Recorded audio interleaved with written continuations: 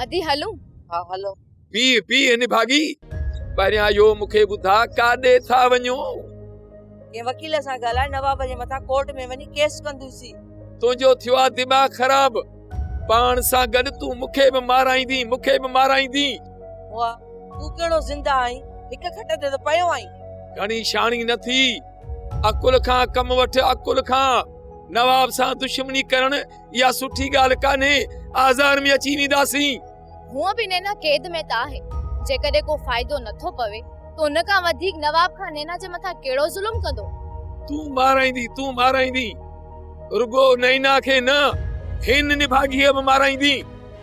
ऐं नवाब खान खे ख़बर पवे त उनजे खिलाफ़ तव्हां केस करण था वञो, तव्हां ॿिन्ही खे कैद करे छॾींदो ॿिन्ही खे। भली असांखे मारे छॾे या कैद करे, असां माठ करे न वेंदासीं जेसिताईं नैना खे तलाक नथो ॾे। अच मुमल।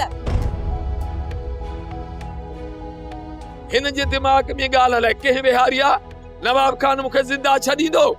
हाणे मां कयां त कयां छा? हुजां हा घुमण फिरण जहिड़ो त मां हिन रन खे पुॼां हा। हाणे हे रहंदे मूंखे थियूं मोचरा हणनि। हाणे जेकर हिननि खे मां कुझु नथो चवां त नवाब खान मूंखे थो मोचरा हणे। लीमे जो त हाणे रस ई निपुड़जी वियो।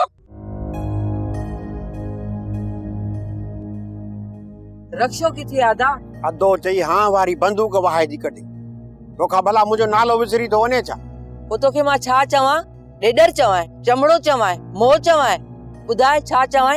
ॾेडर त तुंहिंजो घर वेठो आहे। बाक़ी मूंखे न चमड़ो चओ न मुंहुं चओ। मूंखे सालू सुरीलो चवंदी आहे न त मूंखे ॾाढो मज़ो ईंदो ऐं दिलि बि ठरंदी। मां तोसां ॻाड़ी हणण न आई आहियां। जेकॾहिं असांजी मदद करे थो त ॿुधाए, न त मां ॿिए कंहिंखे चवां। सालूअ जे हूंदे तूं कंहिं ॿिए खे चवीं? इहो त सालू लाइ मरण जो मक़ाम आहे। अचो, रक्षो तयार बीठो आहे। बिस्मिल्लाह। हलो अचो रक्षियारा।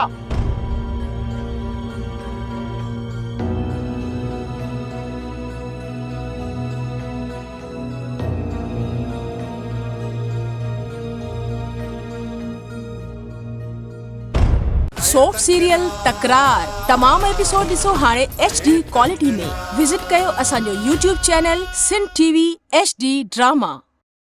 सब्सक्राइब कयो असांजो official YouTube channel Sindh TV HD drama ऐं वधीक अपडेट लाइ बेल आइकन खे क्लिक करियो।